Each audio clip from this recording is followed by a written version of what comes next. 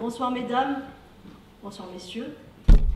Effectivement, comme tu l'as dit, nous sommes dans un régime de contraintes budgétaires et c'est pour cela qu'il faut que notre développement urbain soit cohérent, porteur de sens et toujours tourné vers l'avenir. L'avenir de Meyrargues, c'est la gare, qui va devenir un pôle multimodal. Dans un premier temps, la région va investir dans la réhabilitation de cette belle gare et de son parking. C'est une chance pour Meyrargues.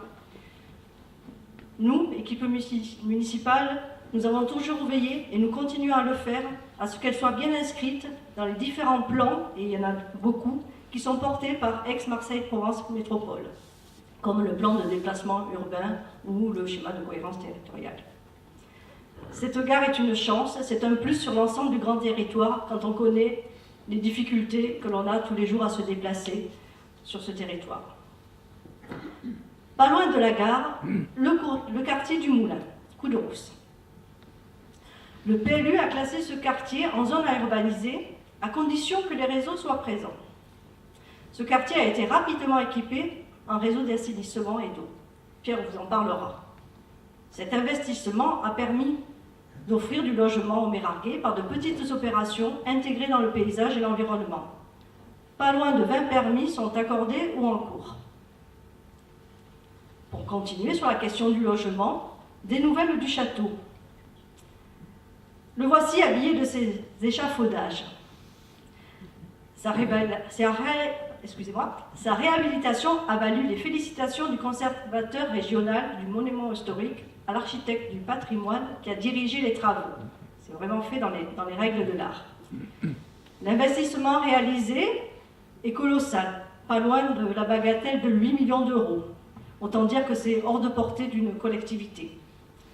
Et ces travaux sont vraiment, avec la qualité qu'ils ont, une vraie chance pour le château qui fait vraiment la fierté de tous les Meyrarguais. Et Philippe Grégoire vous parlera du parc du château. Le chantier se terminera en janvier. Au total, 25 logements déjà vendus, dont 5 conventionnés. Et cela participe, modestement, mais c'est toujours ça, petit à petit, à l'effort de réduction de la carence à logement qui nous pèse beaucoup. Enfin, je terminerai par le centre du village et le projet des quartiers. Ce n'est une surprise pour personne. La municipalité porte depuis plusieurs années ce dossier, qui pourra enfin se réaliser car les travaux du stade sur le plateau sportif sont en cours. Cela devient une réalité. Pour mener à bien ce dossier d'envergure, nous travaillons bien sûr avec la métropole Aix-Marseille-Provence pour réaliser un écoquartier respectueux de l'environnement et des espaces naturels et paysagers. Il s'agit d'une zone d'aménagement concerté qui, comme son nom l'indique, laisse une grande place à la concertation publique. Ainsi, je ne vais pas rentrer ce soir dans le détail du projet. Car, à partir du 19 novembre, pas très longtemps, 4 grands panneaux seront exposés dans le hall de la mairie avec un registre de concertation où vous pourrez déposer vos observations.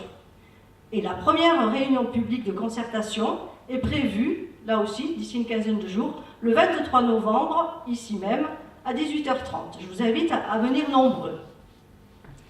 Pour rester dans le centre du village, et par souci de communication, je vous informe qu'un projet de création de logements est en cours. Il s'agit du terrain derrière l'ancien casino, que tout le monde connaît bien. C'est un terrain privé et constructible. Des logements à cet endroit contribueront à dynamiser le village. Là aussi, une réunion d'information aux riverains est prévue vendredi prochain. Donc le 16, le promoteur et son architecte viendront présenter le projet, enfin le permis de construire. Je laisse la parole à Pierre qui va vous présenter les nombreuses réalisations de l'année. Je vous remercie.